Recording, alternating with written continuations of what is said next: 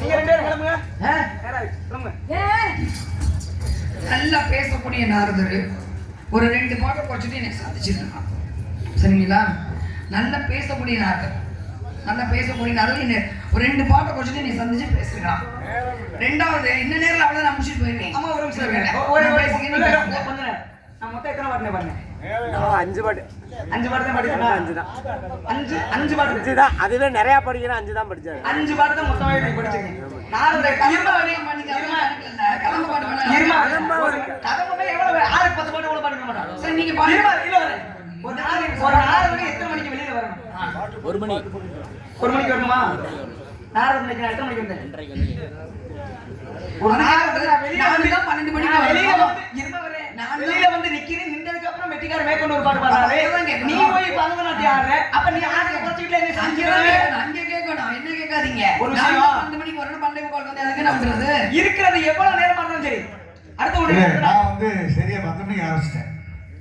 இல்ல நீங்க கொஞ்சம் நான் வந்து என்ட்ரன்ஸ்ல ஒரு நிமிஷம் 2 நிமிஷம் உங்க 2 பேரும் பேசுங்க. இல்ல நீங்க பேசுங்க.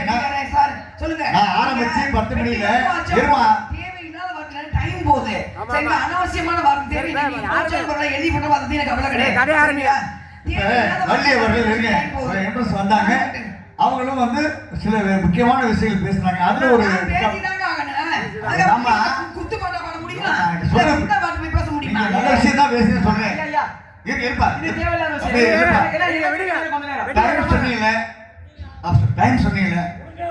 அப்ப வள்ளி அவர்கள் ஒரு 1 மணி நேரம் சொற்பொழிய மாதிரி அது நல்ல விஷயத்தை சொன்னாங்க. நாடகத்தின் கதாநாயகி நான் தாங்க. எனக்கு 1 மணி நேரம் வேணும். அப்ப எல்லாத்தையும் கைத்தை குறைக்கணும். அப்ப நீங்க ஒண்ணு குறைக்கணும். அப்ப நீங்க இந்த வார்த்தை இந்த வாய் என்ன சொல்லிட்டே இப்ப நாரதர் பாட்டை குறைச்சிட்டு என்னை சந்திச்சுன்றவில்லை. நீ கொஞ்ச நேரம் சொற்பொழிவு முன்னாடி கம்மி பண்ணிட்டு என்கிட்ட பேசு. உனக்கு என்ன வருது? எனக்கு வாயை முடிக்கிட்டு தான் போகணும். எதுவுமே பேசாம பாருங்க. ஐயா நல்லா இருக்கீங்களா? நான் தான் வள்ளி போயிட்டு போனேன். இருக்கிறது கொஞ்ச நேரம். புண்ணியமே ஒரு வாகிய முனியே குணத்தில் எழுதருளும்.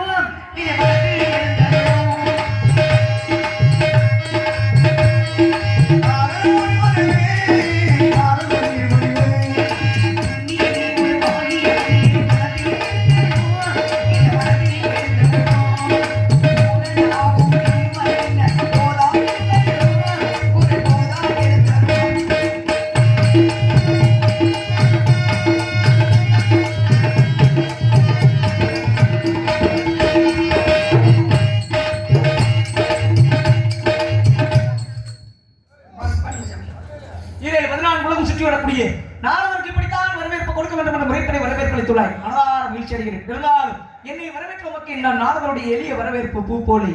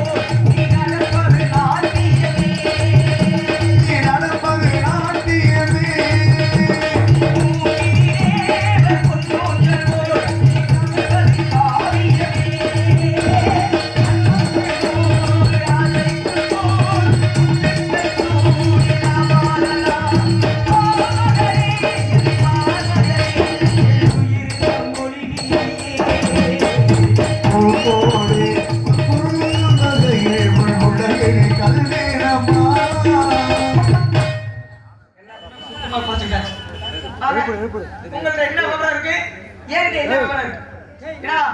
நட்டாமரை கயிற்றிலே நல்லெண்ணம் சேர்ந்தால் போல் கற்றார் தான் காமுற முடியும்.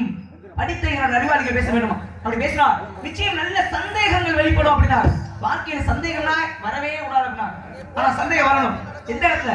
கற்றறிந்த 2 கல்விமான்கள் பேசும்போது ஒருத்தர் பேச்சுல ஒருத்தருக்கு சந்தேகம் வரணும். அந்த சந்தேகங்கள் இன்னைக்கு உங்களை சந்திக்கும் போது நிறைய எனக்கு எழும்புது. அதனால உங்களை பத்தி விஷயம் கேட்கணும்னு நினைக்கிறேன். கேட்கலாமா? ஒரு வாழ்த்து பாட்டு. நானும் என்ன வாழ்த்து பாடுறதோ அதுல நான் பேச ஆரம்பிப்பேன். ஒரு வாழ்த்து பாட்டு.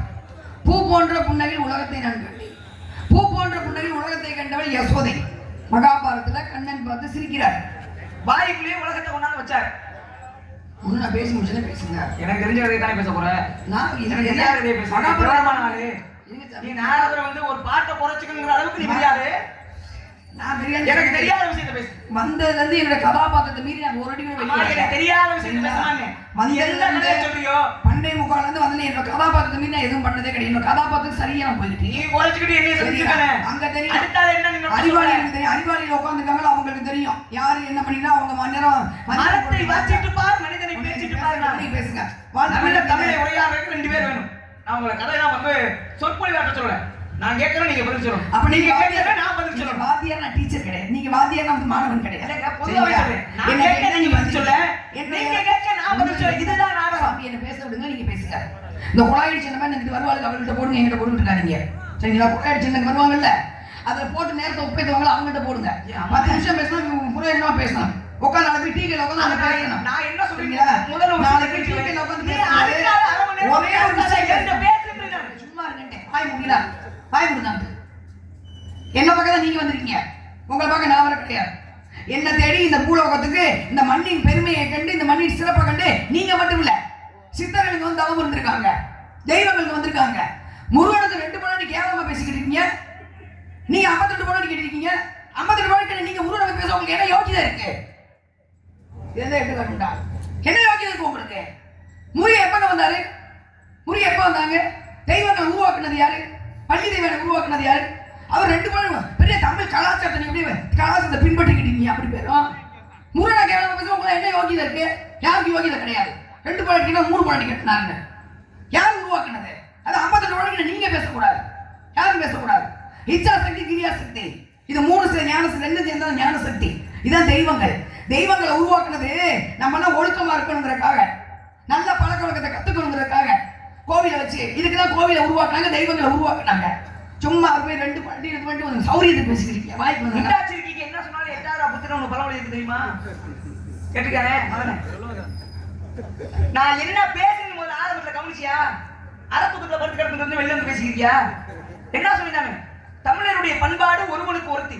அப்படி ஒருவனுக்கு ஒருத்தியாக வாழக்கூடிய இந்த பண்பாட்டுல முருகப்பெருமான் ஏன் பள்ளியை வேற எங்கேயும் கல்யாணம் பண்ணிக்கலாம்? தமிழ்நாட்டுல பிறக்க வச்சு ஏன் 2ஆம் தரமா கல்யாணம் பண்ணணும்? தவறா பேசுறீங்க? தவறா இருந்துச்சா? 2ஆம் தரமா கல்யாணம் பண்றாங்கல்ல, தமிழருடைய பண்பாடு என்ன? ஒருவனுக்கு ஒருத்தி தானே. ஒருவனுக்கு ஒருத்தியாக வாழக்கூடிய நாட்டுல முருகையே தமிழ்நாட்டுல வள்ளியை பிறக்க வச்சு 2ஆம் தரம் கல்யாணம் பண்ணணும். அதான் நான் கேட்டது தவறு இருக்கா? நான் என்ன தவறா பேசுறேன்? முருகனை பத்தி பேசுறதுக்கு முதல்ல உனக்கு என்ன தகுதி இருக்கு? முருகப்பெருமான் அவதரிச்சாரா? அவதரிச்ச நோக்கம் என்ன? சூரபத்மனை வதம் செய்ய வேண்டும். சூரபத்மனை கொல்லணும். அதுக்காகத்தான் முருகனை தோற்று வச்சாங்க. ஆனா சூரபத்மனை கொன்னாரா? எல்லா கடவுளுமே ஒருத்தனை வதம் பண்ணணும். ஆனா முருகப்பெருமான் மட்டும் அதுக்கு தனிப்பட்டவன். சூரபத்மனை கொல்லல. அவன் செஞ்ச தவறுகளை கூட மறுபடியும் மன்னிப்பு கேட்கிறேன். ஏன் நான் செஞ்ச தவறு? பெரிய ஆலமரமா நிக்கிறேன், பெரிய மாமரமா நிக்கிறேன். மாமரமா நிக்கிறவன 2 ஊரா பிளந்தார். ஒரு ஊரு சேவலாகவும் மற்றொரு ஊரு மயிரா மாற்றி வச்சார். அவனை கொல்லல. அவனுடைய ஆணவத்தை மட்டுமே ஆட்கொண்டவன் எம்பெருமான். இந்த உலகத்துல எந்த ஒரு தெய்வத்துக்குமே கிடைக்காத ஒரு சிறப்பு என்னன்னா முருகப்பெருமானுக்கு உண்டு. எல்லா தெய்வமே அவதாரம் எடுத்த நோக்கம் என்ன? ஒருத்தனை கொல்லணும். இரணியனை பாருங்க, எம்பெருமான் மகாவிஷ்ணு அழிப்பார், 2 குழப்பார். ஆனால் ஒருத்தனை கொல்லாம அவன் செஞ்ச தவறுகளை மன்னிச்சு ஏத்துக்கக்கூடிய ஒரே தெய்வம் எம்பெருமான் முருகப்பெருமான். அப்பேற்பட்ட முருகப்பெருமான வணங்குற உள்ள நான் தவறா பேசவே இல்லை. முருகனே ஏன் மகாவிஷ்ணுடைய ஆனந்த கண்ணீர் இல்ல 2 பெண்கள் 2 பொம்பளை பிள்ளை வருது.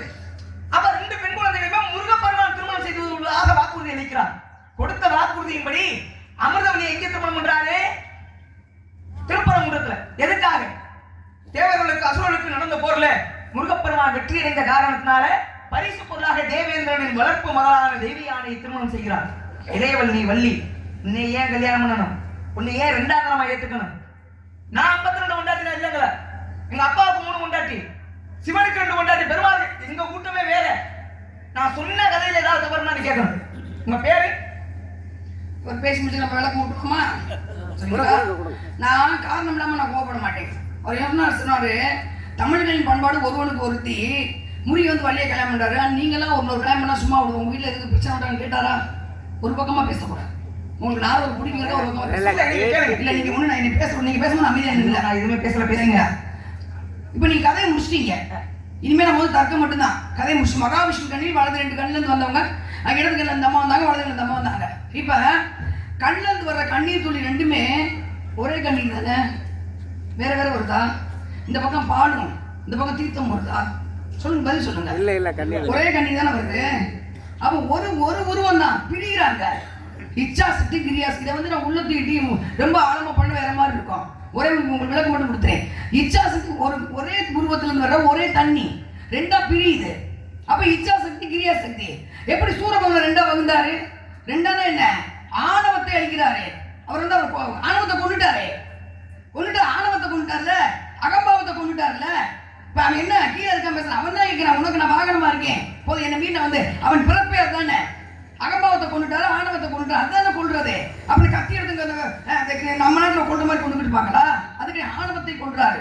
ஆணவத்தை அழிக்கிறது அப்படி அழிச்சு வச்சுக்கிறாரு. அப்ப அழிச்சுட்டாருல்ல, முடிஞ்சு போச்சுல. சூரபத்மனுக்கும் முருகனுக்கும் போர் நடக்கும்போது யாருமே சாகாம இருந்தாங்களா? கேட்கறது பதில் சொல்லுங்க. சூரபத்மனுக்கும் முருகனுக்கும் போர் நடக்கும்போது எத்தனை வீரர்கள் கொல்லப்பட்டார்கள்? அந்த இறப்பு உண்மைதானே? அந்த வீரர்களோட பெண்கள் அழுது புலம்பி இருப்பாங்கல்ல. அப்ப அந்த கொல்லும் போது என் முருகன் பேசாம இருந்தாரா? கேட்கறது பதில் சொல்லுங்கண்ணே. அவர் சொன்னார்ல கொல்ல மாட்டாங்க யாரும் அப்படின்னு. போர் வந்துருச்சு, அழியதான் செய்யும். அவர் கேட்கிறாரு ரெண்டு சூரபத்மன் ரெண்டா பிரிகிறாரு. அதான் அதே மாதிரிதான் மகாவிஷ்ணு கண்ணில் வந்து கண்ணீர் ஒன்று. கண்ணு 2 கண்ணில் வருதா கண்ணீர் ஒன்று. இவளை 2 பேர் பிரிகிறாங்க, 2 பெண்களை பிரிகிறாங்க. இச்சா சக்தி கிரியா சக்தி. ஒரு குறிப்பிட்ட வயசு வரைக்கும் உங்க தெய்வத்தை யாருங்க உருவாக்க? மகாபாரதத்துல முருகன் இருந்தா கோயில் இருந்துச்சா? ராமாயணத்துல கோயில் இருந்துச்சா? கலியுகத்துல எல்லா கடவுளும் உருவாக்குனாங்க. சித்தர்கள் தானே உருவாக்குனாங்க. ஒரு குறிப்பிட்ட காலத்துக்கு இச்சை, அப்புறம் கிரி, அப்புறம் ஞானம். இச்சையை வென்றால் கிரியை நீ அடைவாய், கிரியை வென்றால் ஞானத்தை பெறுவார். இதான் முருகோட உருவம். அவ்வளவுதான். அதை வந்து நம்ம வந்து 2 பொண்டாட்டி 3 பொண்டாட்டி பேசக்கூடாது. நாடகத்தை எப்போ உருவாக்குனாங்க? கலியில வந்து எவ்வளவு நாள் ஆச்சுங்க? இது ரொம்ப பணம் வேற மாதிரி போயிடும். கலியில வந்து எவ்வளவு வருஷம்? 5130 வருஷம் ஆயிடுச்சு. ஆனா நாடகம் எப்ப ஆரம்பிச்சாங்க? 1867 சங்கரா சுவாமி பிறந்தாரு. 1820 மரணம். அவர் எழுதியதான் சங்கர வள்ளிதம் நாடகம். அதுக்கு முன்னாடி வள்ளிதம் நடந்துச்சா? சொல்லுங்கண்ணே. இல்ல. அப்ப எங்க வள்ளி போனாங்க? அப்ப எங்க தெய்வான போனாங்க? அப்ப எங்க முருகன் போனாங்க? வேற மாதிரி போயிடும். சரிங்களா? வந்தம்மா முருகனை பத்தி பேசணும், முருகன் பெருமையை பேசணுமா, நாரதத்தை சந்திக்கிறோமா, மக்களை பத்தி நல்ல விஷயம் சொல்றோமா, அவ்வளவுதான். இது ஏன் பண்ணாங்க, அது ஏன் பண்ணாங்க, முன்னோர்கள் பண்ண போய் நம்ம கேள்வி நமக்கு தகுதி கிடையாது. அதுதான் நான் சொல்றேன். வாங்க பேசுங்க. பேசுறேன் எனக்கு புரியல. வேற மாதிரி பேசணும். என்ன நீங்க பேச ஆரம்பிக்கிறீங்க? நீங்க எதை தொட்டாலும் நான் வரக்கு தயாரா இருக்கு. சரிங்களா? வேற மாதிரி பேசணும். அதை சொல்லிட்டு மறுபடியும் அதை போக மாட்டீங்க. நீங்க என்ன சொல்றீங்க அதுக்கு மாற்றுக்காரங்க கொடுக்க தயாரா இருக்கு. நான் பேசுங்க. இந்த உலகத்தினுடைய அடிப்படை, பிரபஞ்சத்தினுடைய அடிப்படை என்ன? பிரபஞ்சத்தினுடைய அடிப்படை என்ன? பிரபஞ்சம்னா முதல்ல என்ன? பிரபஞ்சம்னா என்ன? பிரபஞ்ச அடிப்படை விட்டுங்க. பிரபஞ்சம்னா என்ன? உலகம் தாமா. உலகம் இல்ல, உலகம் பேரு பிரபஞ்சம் பேரு. உலகம் என்பது நம்ம இருக்கிற உலகம். சரி. பிரபஞ்சத்துல சராசர பிரபஞ்சம். பிரபஞ்சத்துல தோன்றியதான் சூரிய குடும்பம். 9 கிரகங்கள். 9 கிரகம். 9 கிரகம். எப்ப வந்துச்சு? நவகிரகம் ஆரம்பத்துல. நவகிரகம் 9 10 தான் இருந்துச்சு. 10 இருந்துச்சா? ஆமா 10 கிரகம் தான். அம்மையார் அவர்களே பேசும்போது பிடிச்சுக்கணுமே. நாரதர் சாமியார் அவர்களே நாங்களும் பிடிச்சுக்கோங்க. கிரகம் 10 கிரகமா? ஆமா. எப்படி சொல்ற? கிரகங்கள் 10 தான். எப்படின்னு சொல்றேன். நான் சொல்லிக்கிறேன். வாயில வர்றது முதல்ல நான் வாயிலாம் பேச மாட்டேன். பொய் பேசினா அங்க வந்து தெய்வம் பார்த்துக்கிட்டு இருக்கோம். சோறு ஆரம்பத்துல கிரகம் தெரியுமா? 7 கிரகம். ராகு கேது இடையில சேர்க்கப்பட்டது. பார்க்கணும் கடையும் போது நவகிரகம் நானு. 10வது ஒரு கிரகம் சொல்லி அந்த கிரகத்துக்கு பேர் என்ன? சொல்லுங்க. பேசுகிறேன். 10வது ஒரு கிரகம் சொல்றீங்களே, நான் சொல்லிக்கிறேன். இதுவரைக்கும் இத்தனை வருஷம் நாடக அனுபவத்துல 10வது ஒரு கிரகத்துக்கு சொல்றது இன்னைக்கு. அண்ணே நல்ல படித்த அறிவாளிங்க. இப்ப இதை தொட்டு பேசினா எனக்கு 1/2 மணி நேரம் ஆகும். காலையில் நீங்க போய் ரிசர்ச் பண்ணிக்கோங்க. 10வது ஒரு கிரகம் இருந்து மறைஞ்சா இல்லையான்னு எனக்கு போன் நீங்களே பார்த்து தெரிஞ்சுக்கங்க. இப்ப இந்த கிரகத்தை பத்தி பேச ஆரம்பிச்சா வேற மாதிரி போயிடும். சரிங்களா? அதனால 10வது கிரகம் இருந்துச்சு, அது மறைஞ்சிருச்சுங்கிறது படித்தவர்களுக்கு தெரியும், விஞ்ஞான பட்சமும் தெரியும். அதோட படிக்க 12 ராசிகள். நட்சத்திரம் 27 நட்சத்திரம். 28 நட்சத்திரம். இப்ப நீங்க மட்டும் 28ங்கிறீங்க. எப்ப இருந்துச்சு 28ங்கிறீங்க? நான் 10 கிரகம் போய் இல்லையே நீங்க மட்டும் 28 நட்சத்திரங்கிறீங்க. அஸ்வினி, பரணி, கார்த்திகை, ரோஹிணி, மிருகசீரிஷம், திருவாதிரை, புனர்பூசம், மூலம், ஆயில்யம், மகம், அஸ்தம், மூசம், சித்திரை, சுவாதி, விசாகம், மனுஷம், கேட்டை, மூலம், முராரம், உத்திராடம், திருவோணம், ஆவிட்டம், சதயம், புரட்டாதி, உத்திரட்டாதி, ரேவதி என்று சொல்லக்கூடிய 27 நட்சத்திரம். ஆமா 27 தானே. மகாபாரதத்துல 28 நட்சத்திரம்னு ஒருத்தர் சொன்னாரு. மகாபாரத கதையின் கதாநாயகன் எம்பெருமான் கிருஷ்ண பரமாத்மா. நட்சத்திரம் 27 இல்ல 28. அந்த 28வது நட்சத்திரத்து பேர் என்ன சொல்லு? பலவலன்னு பேசிக்கிட்டாரு. அது அப்படி ஆகி போயிடும், இது இப்படி ஆகி போயிடும். இதை பேசுறதுக்கு உன்னை போட்டு முடியாதாங்களா? 28வது என்னுடைய கேள்வினே உன வச்சுக்க தண்ணி. நீ எல்லாம் தினமும் என்னை சந்திக்கணும். அப்பத்தே உனக்கு இந்த எண்ணெய் மாதிரி யாரு கிடைச்சாட்டே நீலாம் வந்து மாட்டுவேன். சும்மா இருக்கு அவருக்கு போய் நேரம் பேசிக்கிட்டு என்கிட்ட தைரியமான ஆள் நீ மதுரை வந்து கலந்து போடு. சரியா போடு. சாந்தி உனக்கு பூச்சாண்டி கட்டுறதுலாம் என்கிட்ட பூச்சாண்டி கட்டுறாள் எனக்கு பயந்துக்கிட்டு ஆளாளுக்கு ஒரு வண்டியை கூட்டிட்டு அலைஞ்சிக்கிட்டு இருக்காங்க. எனக்கு பயந்துக்கிட்டு என்னை சந்திக்க பயந்துக்கிட்டு வேலையை பார்த்துக்கிட்டு இருக்கணும். கேள்விக்கிட்டு இங்க இருக்க சாமிக்கு பதில் சொல்றேன். 18 வருஷம் அனுபவம் சொல்றீங்களா? என் காலத்துல இது வரைக்கும் எந்த வள்ளி பேராவது எழுதி போட்டீங்கன்னா சரி, நான் யார் கூடயாவது நடிக்க மாட்டேன்னு எழுதி போட்டீங்கன்னா என் பேரை எழுதி போட்டுப்பாங்க. நான் எப்படி எழுதி போட்டீங்கன்னா சரி, ஏன் நான் கற்ற கல்வி மீது எனக்கு நம்பிக்கை இருக்கு. சரி, நீ என்ன என் அம்மா கொடுக்கு ஒரு செகண்ட் ஒரு நடி போது போத உனக்கு தெரிஞ்ச ஒரே வார்த்தை இல்ல 27 நட்சத்திரம் சொன்னேன். சரி, 28வது நட்சத்திரத்துக்கு பேர் என்ன சொல்லு? சரி, என்ன சரி நான் சொல்லுகிறேன். நீங்க நான் குறுக்க பேசக்கூடாது. சரிங்களா? சொல்லுகிறேன். இப்ப 28 நட்சத்திரங்கள் வந்து மகாபாரத வரைக்கும் 28 நட்சத்திரம் தான் இருந்துச்சு. இப்ப வந்து 27 நட்சத்திரம் தான் இருக்கு. அந்த ஒரு நட்சத்திரத்தை மறைச்சது கிருஷ்ண பரமாத்மா. எப்ப நான் பேசினா முழுமையா பேசுவேன், குறுக்க வரக்கூடாது. நம்ம அம்மா கொடுத்தோம் அந்த கொடுத்தோம் எங்கிட்ட பேசக்கூடாது. நீங்க 1000 படிச்சா நான் 1000 படிச்சா நீங்க படிக்காம இருக்கலாம், நீங்க படிக்காம நான் படிக்காம இருக்கலாம். அதே சந்தி இருங்க. என்னையாவது நீ தினைக்கு சந்திச்சு என்ன பண்ணிவிடுவீங்க? புடவை மாலையை போட்டுருவீங்களா? நரசிம்மர் மாதிரி இல்ல என்ன பண்ணிவிடுவீங்க? உங்கள் நிப்பாட்ட நான் வட்டம் பண்ணி பாட்டு என்ன நீங்கள் நிப்பாட்டலாம். எனக்கு அது முக்கியம் கிடையாது. மக்களுக்கு விஷயம் போய் சேர்ந்த அவ்வளவுதான். ஒரே ஒரு நட்சத்திரம் கிருஷ்ண பரமாத்மா மறைச்சிட்டாங்க. அந்த நட்சத்திரத்துல யார் வந்து திதி பண்ணாலும் அவர்கள் ஜெயிப்பார்கள். அது நல்லவனா இருந்தாலும் சரி, கெட்டவனா இருந்தாலும் சரி, யார் அகோரியா இருந்தாலும் சரி, மந்திரவாதியா இருந்தாலும் யாரும் ஜெயிப்பாங்க. ஒரு நட்சத்திரம் 28வது நட்சத்திரம். இது மகாபாரதம் வரைக்கும் இருந்துச்சு. 28வது நட்சத்திரம் மொத்தம் உலக பூமி சுத்திக்கிட்டே இருக்கும். எப்படி கிரகங்கள் சுத்துதோ, எப்படி வந்து ராசிகள் சுத்தோ, அந்த நட்சத்திரமும் இருக்கும். ஒரு நட்சத்திரம் எப்பன்னா சகாதரனை போய் பார்க்கிறாரு. இந்த காலத்துக்கு பிறகு படிச்சிருப்பாங்க. இது மறைக்கப்பட்ட ஒன்று. சகாதரனை போய் யார் பார்க்க? துரியோதனன் பார்க்கிறார். நான் ஜெயிக்கணும், நான் தான் மகாபாரத போல ஜெயிக்கணும். நீ சகாதரன் சாஸ்திரம் நிறைந்தவன், நீ பொய் பேச மாட்ட. நல்ல மனுஷன் பொய் பேச மாட்டான். நீ பொய் பேச மாட்ட. எனக்கு குறிச்சு கொடு. எந்த திதி, எந்த நட்சத்திரம், எந்த நாள், இதுல நான் வந்து என்ன பண்ணணும்? பூஜை களப்பணி கொடுக்கணும். எனக்கு குறிச்சு கொடு அப்படிங்கிறார். அப்ப குறிச்சிட்டார். சகாதரன் குறிச்சிட்டார். அமாவாசை என்று களப்பணி 32 லட்சம் எவனுக்கு பொருந்திருக்கோ அவனை வந்து பலி கொடுக்கணும். கழுத்தறுத்து களப்பணி. நரபலி வேறு, களப்பலி வேறு. நரபலி நம்மள கூட்டு போய் வெட்டி கொள்றது. களப்பலி அவனை திருப்பி கழுத்தறுத்து வச்சுக்கிறது. களப்பணி கொடுக்கணும். நட்சத்திரம் அமாவாசை என்று. அது அமாவாசை எந்த நட்சத்திரம்? 28வது நட்சத்திரம். அந்த நட்சத்திரம் அந்த இது அபிஜித் நட்சத்திரம் அதுக்கு பேரு. நீங்க எல்லாம் பாத்துக்கங்க, போய் படிச்சுக்கங்க. பல இந்த இருக்காது, பழைய புத்தகம் பாருங்க, அதுல இருக்கும். அப்ப இன்னைக்கு அபிசாரி யாகம் நடத்துவாங்க. அது கெட்டதுக்கு மட்டுமே நடத்தக்கூடிய 40 நாள் அந்த யாகத்தை நடத்தினா யாரை கொண்டு கொடுக்கலாம். சத்தியமான உண்மைங்க. 40 நாள் அந்த யாகத்தை நடத்தினா யாரை கொள்ளு நினைச்சுமா செத்து போயிடுவான். அதான் உண்மை. இருக்கு எல்லா புத்தகமும் எப்படி இருக்கு உங்க வந்து அபிஜித் அப்படிங்கிற அப்படி நட்சத்திரம். யாரை வந்து பைத்தியமாக்கணும், யாரை கை எல்லாத்துக்கும் இருக்கு. எல்லாத்துக்கும் சித்தர்கள் குறிச்சு வச்சிருக்காங்க. என்ன கெட்டவங்க கையில போயிடுச்சுன்னா பயன்படுத்திக்கலாம். எனக்கு தான் இருக்கு அந்த புத்தகம். வேணா யாருக்கு தேவை காலையில் கேள்வி எடுத்து வாட்ஸ்அப்ல அனுப்பிச்சு விடுறேன். அதுல அவ்வளவு விஷயம் இருக்கு. அப்ப குறிச்சு கொடுக்குறாரு. இந்த நட்சத்திரம் அன்னைக்கு இந்த நட்சத்திரம் வர அமாவாசை நட்சத்திரம் இருக்கும். அந்த நட்சத்திரம் இந்த நட்சத்திரத்துல இந்த தீவிர நீ யாகம் பண்ணு, நீ ஜெயிப்ப. கிருஷ்ண பரமா பார்த்துட்டாரு. இதுல வந்து துரியோதனன் ஜெயிச்சு நம்ம யாகம் பண்ணா ஜெயிச்சிருவான். பாண்டவர்கள் தோத்து போயிடுவாங்க. பாண்டவர்கள் நல்லவங்க கிடையாதுங்க. துரியோதனன் கெட்டவனும் கிடையாது. ரெண்டு இதுக்குள்ளையும் கெட்டது இருக்கு, இதுக்குள்ளையும் நல்லது இருக்கு. துரியோதனன் கெட்டவர் தான். ஆனா கடைசி வரைக்கும் எந்த பொம்பளையும் தொட்டது கிடையாது, பொண்டாட்டியை தவிர. அவர் நினைச்சிருந்தா மகா சக்கரவர்த்தி எத்தனை பொம்பளை அந்த பக்கம் வண்டி கெடுத்திருக்கலாம். ஒரு பொம்பளை தொட்டது கிடையாது. துரியோதனன் பொண்டாட்டி ஏறுதி யாரையும் பார்த்தது இல்லை. ஆனா பாண்டவர்கள் அவருக்கு ஒரு பொண்டாட்டி கட்டிட்டாங்க. ஏன் வந்து கிருஷ்ணன் இவங்க பக்கம் நின்னாருன்னா, காந்தாரி முழுச காந்தாரி வந்து காந்தார தேசம், இன்னைக்கு ஆப்கானிஸ்தான். அதான் காந்தார தேசம். காந்தார தேசம் பண்ணி காந்தாரி வந்து 2 கணிதையை கட்டி கொடுத்தாரு. ஏன்? இந்த தேசத்தை அபகரிக்கணும் பார்த்தார் கிருஷ்ண பரமாத்மா. இந்த தேசம் காந்தார தேசமா மாறக்கூடாது. அப்ப நம்ம பாண்டவர் பக்கம் நிக்கணும். அப்ப நின்னாரு. நின்னுதான் பாக்குறாரு. யாகம் ஆரம்பிச்சாச்சு. போறாரு, உளிவியை பாக்குறாரு. இந்த யாகத்தை நான் நடத்துறேன்னு சொல்லி அமாவாசைக்கு முதல் நாள் யாகத்தை நடத்துறாரு. அதே நட்சத்திரத்துல. அந்த நட்சத்திரம் என்ன மாசம்? கொஞ்சம் பொருள் சொன்னீங்க. என்னதானே பிரச்சனை? நீங்க பேசுங்க. போச்சுங்களா? நல்லா பேசுறாங்க, பேசுங்க. நீ கம்முனடா.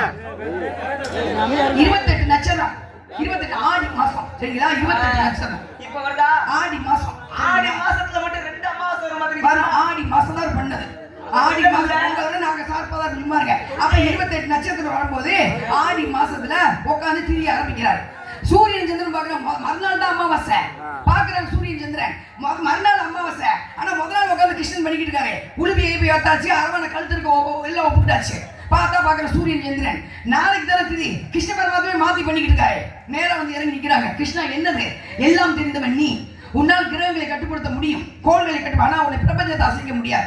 நீ எப்படி மாத்தி செஞ்சுக்கிட்டு இருக்க? அப்பதான் கேட்டாராம், அமாவாசைனா என்ன சொல்லுங்கடா, 2 பேரும் சொல்லுங்கடாங்க. இல்ல அமாவாசைனா என்ன? உங்க சொன்னா இல்ல, அங்க யாரும் சொன்னா நீங்க சொன்னா இல்ல. கிருஷ்ணக்கு யார் நீங்க? அமாவாசைனா என்ன? சூரியன் சந்திரன் நேரெதிரே ஒருவருக்கு ஒருவர் சந்திக்கிறார்களோ, நேர்கோடு. சூரியன் பூமி சந்திரன் 3 நேர்கோட்டிலே சந்திப்பது அமாவாசை. இன்னைக்கு 2 பேர் நேரத்துல நிக்கிறீங்க. இன்னைக்கு 2 பேர் நிக்கிறீங்க, நேர்ல நீ பாத்துக்கிட்டு இருக்கல. எனக்கு இன்னைக்கு தான் அமாவாசை. நான் வச்ச திதி செல்லுமா செல்லாதா? நட்சத்திரம் அபிஜித் நட்சத்திரம், அது வந்து திதி வந்துச்சு. பார்த்தாரு, யாகம் முடிச்சு இல்லைன்னா பாண்டவர்கள் ஜெயிச்சிருக்க முடியாது.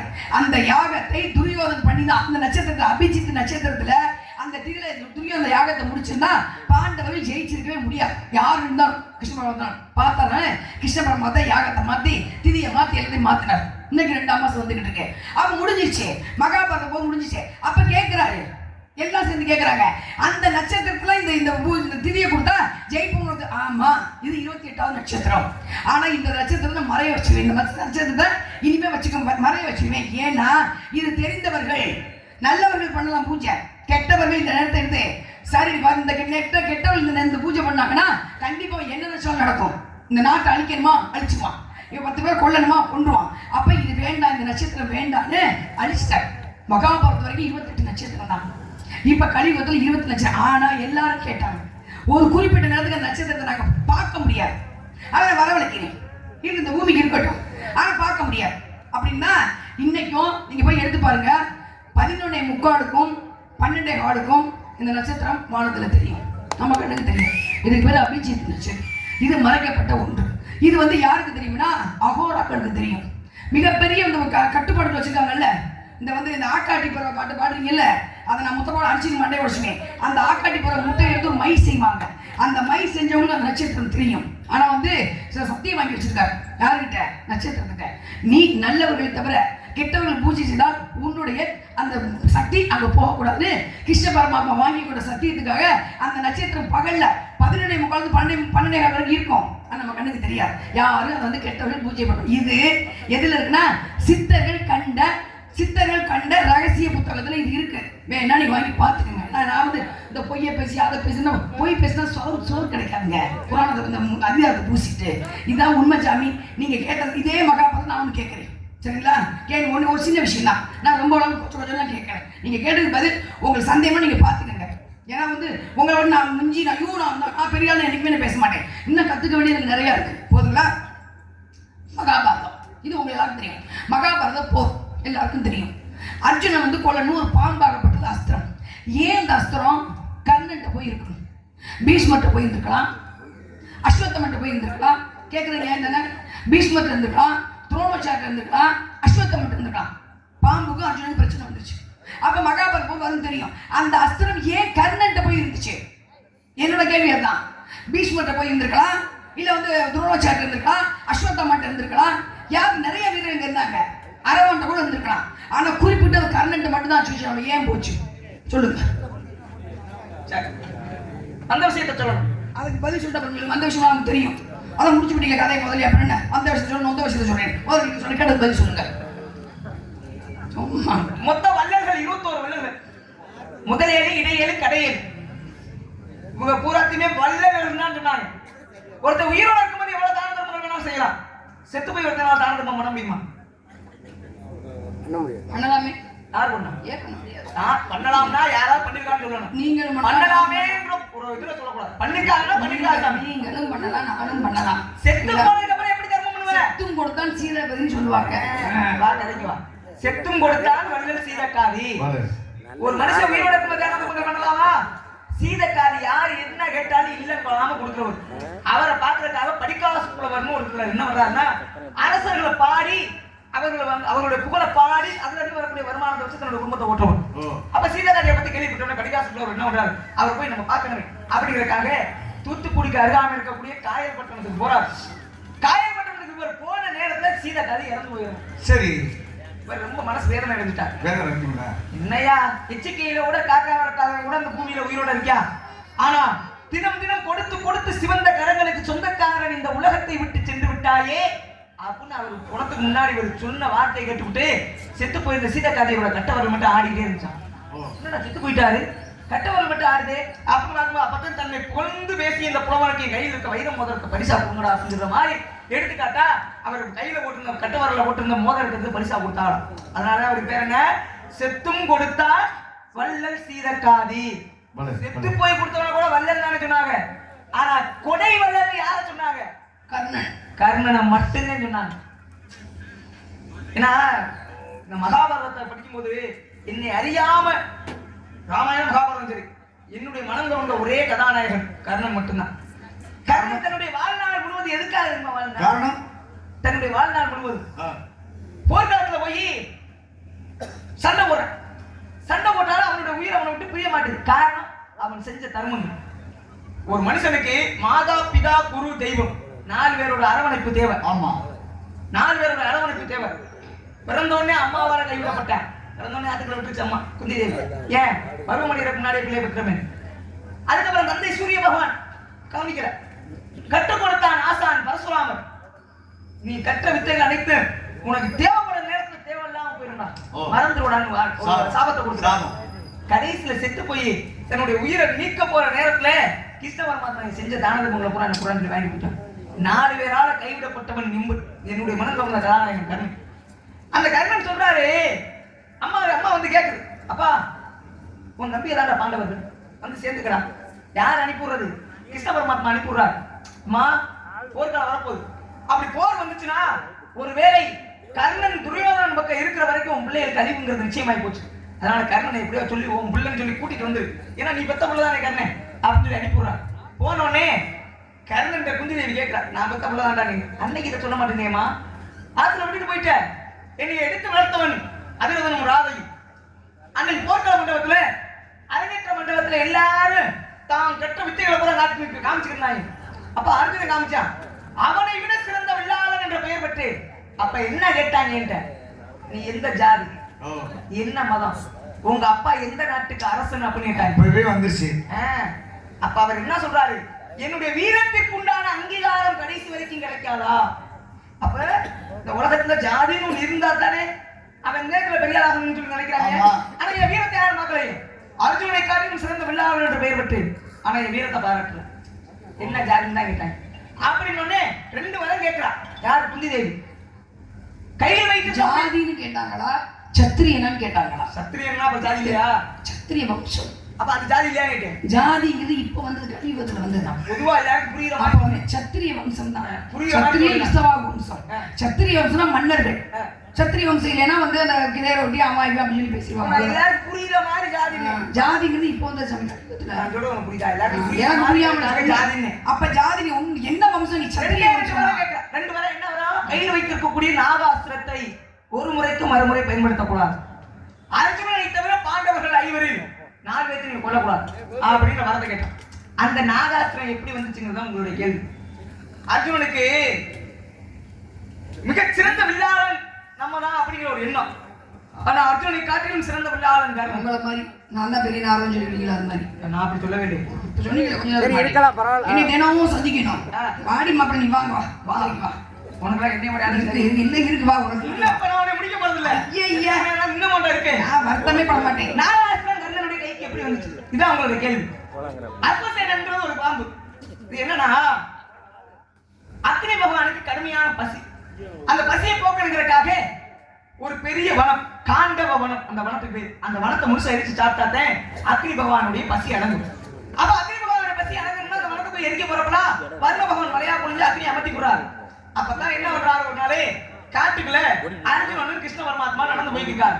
போயிட்டு இருக்கும்போது அர்ஜுன முன்னாடி அக்னி பகவான் தன்னுடைய உருவத்தை மாத்திக்கிட்டு, ஐயா எனக்கு ரொம்ப பசிக்குது, என் பசியை நீ தாயா போக்கணும். இவ்வளவு பெரிய மனுஷனா இருக்கீங்க, பசிக்குதுங்கிறீங்க, உங்க பசியை நல்லா போக்க முடியாதா? நான் என்ன கேட்டாலும் நீங்க உங்க பசியை நான் போக்குறேன் அப்படின்னு அக்னி பகவான் தன்னுடைய சுயரூபத்தை காட்டுறார். சுயரூபத்தை காட்டணும் அக்னி பகவானுக்கு பசியா? அர்ஜுனால என்ன செய்ய முடியும்? அப்பதான் சொல்றார், இந்த வனத்தை முழுசா எரிச்சு சாப்பிட்டா மட்டும்தான் என் பசி போகும். அப்ப என்ன பண்ணணும்? வானத்தை சுத்தி நீ அம்பால கோட்டை கட்டுற. நீ கட்ட கோட்டை எடுத்து வருண பகவான் பெய்யக்கூடிய மலைத்துளி ஒரு நிலை தொழில் கூட என்னை அணைக்க கூடாது அப்படின்றாரு. கொடுத்த வாக்குறுதிக்காக அர்ஜுனன் என்ன பண்ண? வானத்தை சுத்தி கோட்டை கட்டிட்டு அக்னி பகவான் எரிக்க ஆரம்பிச்சிட்டார். வனமே ஏற்றி சாம்பலா போயிட்டு இருக்கு. அப்பதான் என்ன பண்ணா, ஒரு பாம்பு தன்னுடைய குட்டியை பாதுகாக்கணுங்கிறக்காக, ஏன்னா நமக்கு அப்புறம் நமக்காக நம்மளுடைய சந்ததியை உருவாக்கணுங்கிறதுக்காக ஒரு பாம்பு மணலை தொட்டி தன்னுடைய குட்டியை உள்ள போட்டு புதைச்சிட்டு அதுக்கு மேல பாம்பு பண்ணுங்க. அப்ப இந்த வனமே ஏறி சாம்பலா போயிடுச்சு. மணலோட சூடு தாங்க முடியாம புதைச்சு வச்சுக்கணும். அந்த குட்டி வெளியில இருந்துச்சு, எந்திரிச்சு பாக்குது. அப்ப இந்த வனமே ஏறி சாம்பலா போச்சு. இத்தனை நாளா நம்ம இந்த வனத்தை காப்பாத்துறது யாரு? வர்ண பகவான். ஆனா இன்னைக்கு வர்ண பகவான் இந்த மலையில, அந்த வர்ண பகவான் அந்த மலைக்குள்ள இந்த பூமியில விழுகாம இருந்தது காரணம் யாரு? அர்ஜுனன். நம்ம இனமே அழிஞ்சதுக்கு காரணம் அர்ஜுனன். அர்ஜுனன் ஜாதிக்கு நம்ம ஒரு காரணமா இருக்கணும் அப்படிங்கறக்காக அர்ஜுனனுக்கு நிகரான ஒரு வில்லன், நிகரான ஒரு வில்லாளி யாருன்னு தெரிகிறது. கர்ணன் போய் தஞ்சம் அடையுது. கர்ணா, உனக்கு அர்ஜுனன் தான் எதிரி, எனக்கு அர்ஜுனன் தான் எதிரி. உனக்கு அர்ஜுனன் தான் எதிரி, எனக்கு அர்ஜுனன் தான் எதிரி. என் வம்சத்தையும் இல்லாம பண்ணிட்டான். நீ என்ன பண்றனா, நான் ஒரு அஸ்திரமா மாறி, நான் ஒரு பாம்பு, நான் ஒரு நாகம், என்னை அஸ்திரமா மாத்தி வச்சுக்க. அவன் மேல பிரயோகப்படுத்தினா அவனை கொண்டுட்டு நான் வருவேன் திரும்ப முடியல அப்படின்னு. அப்பத்தான் அஸ்வசேனன் என்ற பாம்பு நாகமாக, நாகம் அஸ்திரமாக மாறியது நாகாஸ்திரம். போதுமா? போய் அஸ்வசேனன் என்ற பாம்பு போய் தஞ்சம் பண்ணிச்சு. எல்லாருக்கும் தெரியாது சரிங்களா? ஏன் போய் அர்ஜுன் கண்ணன் போச்சுன்னு தான் கேட்டேன். மத்தவங்க போயிடலாம்ல. அப்ப என்ன சொல்லி புரிஞ்சா? கடைசியா முடிக்கும் போது அதான் கேட்டேன் நான். அர்ஜுனனுக்கு நிகரான ஒரு வில்லாளன் யார் கேட்டா கர்ணன் மட்டும்தான். கர்ணனுடைய பழிவாங்குற எண்ணமோ இந்த பாம்பினுடைய பழிவாங்குற எண்ணமும் ஒரே ஒரு விஷயம் சொன்னீங்க. செத்து போய் ஒரு நாள் யாராவது தர்மம் பண்ண முடியுமான்னு கேட்டீங்க. செத்து போன பின்னாடி பண்ணலாம். சீரகாதி கொடுத்தது மட்டுமல்ல, இன்னைக்கு நீங்க குன்றக்குடி போனீங்கன்னா காரக்குடி பக்கத்துல நெல்லா, அந்த காலத்துல அப்போ வாழ்ந்த செட்டியார் இருக்காங்கல்ல, அவங்க எல்லாமே ஒரு குறிப்பிட்ட தொகை வந்து இதுல வங்கியில போட்டு வச்சுட்டு இது இப்போ அன்னதானம் நடந்துகிட்டு இருக்கு. அவங்க செத்து போயிட்டாங்க. அந்த குறிப்பிட்ட ஒரு மண்டபத்துல கொண்டு சொல்லிடுவாங்க, இந்த பணம் இவ்வளவு பணம் வங்கியில இருக்கு, இந்த மடத்தை நிர்வகிக்கிறவங்க தினைக்கு அன்னதானம் போடும். நீங்க குன்னக்குடி போனீங்கன்னா சாப்பிட வந்து கடைக்கு போக வேணாம், மூக்கு துங்கு அன்னதானம் போடுவாங்க. அப்ப செத்து போன பின்னாடியும் இன்னும் அவங்க தான தர்மம் நடந்துகிட்டு இருக்கு. ஆனால் கர்ணன் கொடுத்துட்டாரு எல்லாத்தையும்.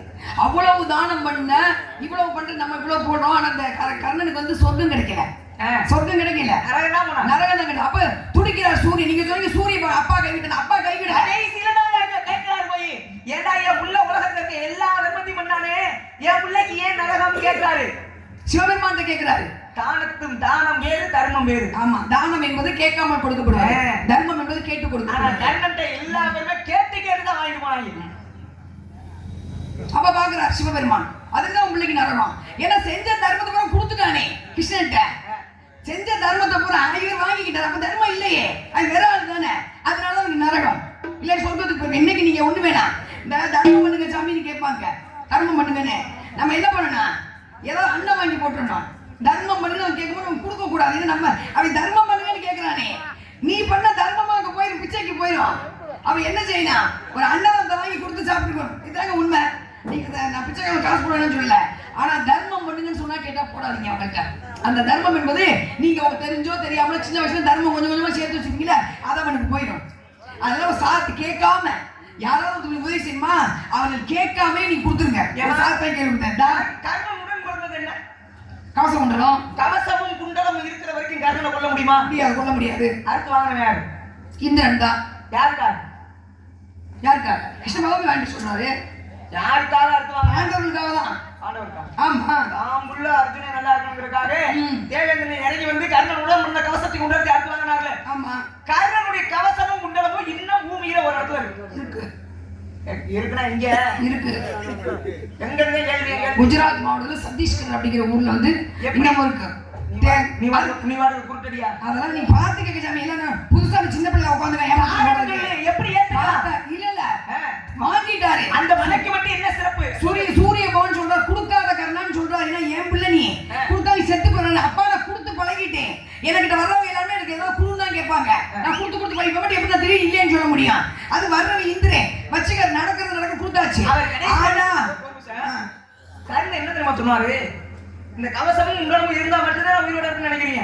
அப்ப என் வீரத்துக்கு உண்டான அங்கீகாரம் எனக்கு கிடைக்கல. வேணாம் ஐயா, என் வீரத்தை வச்சு நான் அவனை வெற்றி கொள்வேன் அப்படின்னு சொல்லித்தான் கடைசி வரைக்கும் அழைச்சு கொடுத்துட்டாரு.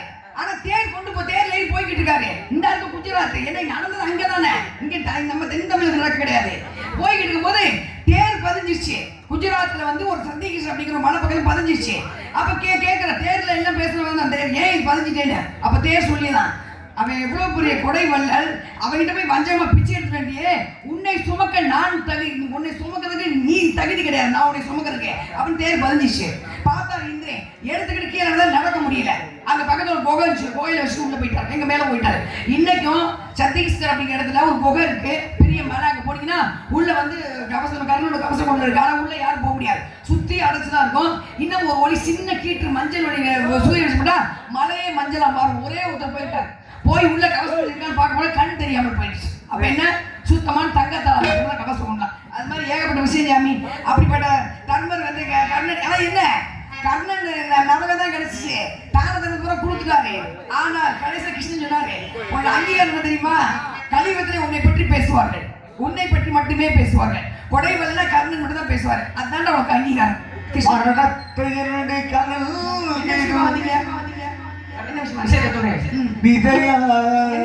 மரணத்தின் தன்மை சொல்வே, மானிடரானா மரணமீராது மறுபடி பிறந்திருக்கும் மேனியை கொள்வாய், வீரத்தில் அதுவும் ஒன்று, நீ விட்டு விட்டாலும் அவர்களின் வேலி இன்றுதான் தீரும் போரா. என்னை அறிந்தால் எல்லா உயிரும் எனதென்றும் கூட்டிச் செல்வே, கண்ணன் மனது கல்மனதல்லோ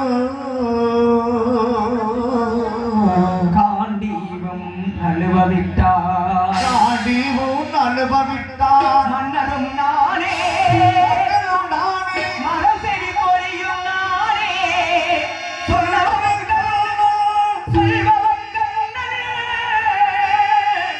துணிந்து தருவல்வாக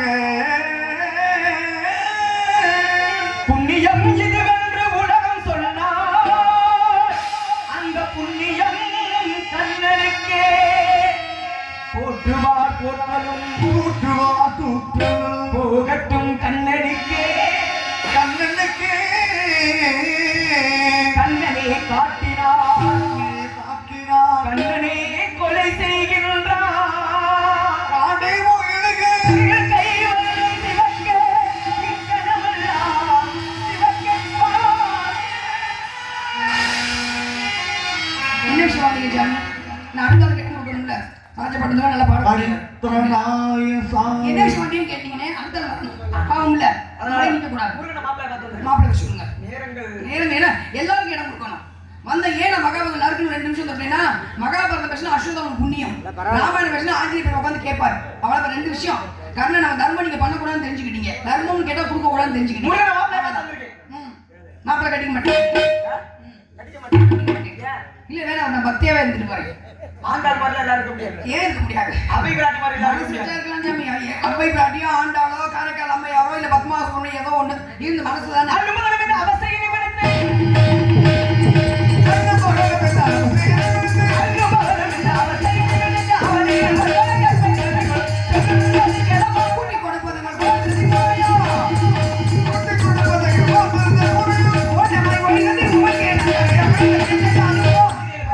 சுற்றி வரக்கூடிய நார்வரை பார்த்து எப்பொழுது குட்டி கொடுப்போம் என்று கேட்டாயோ, சூரிய மலைக்குள்ளாக உன்னையும் அந்த முருகனையும் வெகு விரைவில் சந்திக்கிறேன். என்ன ஒண்ணும் பண்ண முடியாது. என்னை அசைக்க நினைச்சவங்க எல்லாம் போயிட்டாங்க. என்னை அசைக்கவே முடியாது. என்னை நீ 1 மணிக்கு விட உன்னை ஐயா, 2 மணிக்கு சந்திக்கிறேன். ஐயா, நீங்க வாங்க. நிச்சயமாக ஒன்று முருகனுக்கும் முன்னே திருமணத்தை ஏற்படுத்தி வைக்காவிட்டால் 2 நாள் நட முருகனே. எதுக்கு பிரச்சனை? ஒரு நாள் நாரத வெளி சந்திப்பு, ஒரு நாள் வேடம் வெளி சந்திப்பு. பாப்பா பட்டிமன்றமா வச்சு பாப்போம், யார் ஜெயிக்கிறா பாப்போம். பாடி பாப்பல செத்துங்க நீங்க. சரியா? சூரிய மலை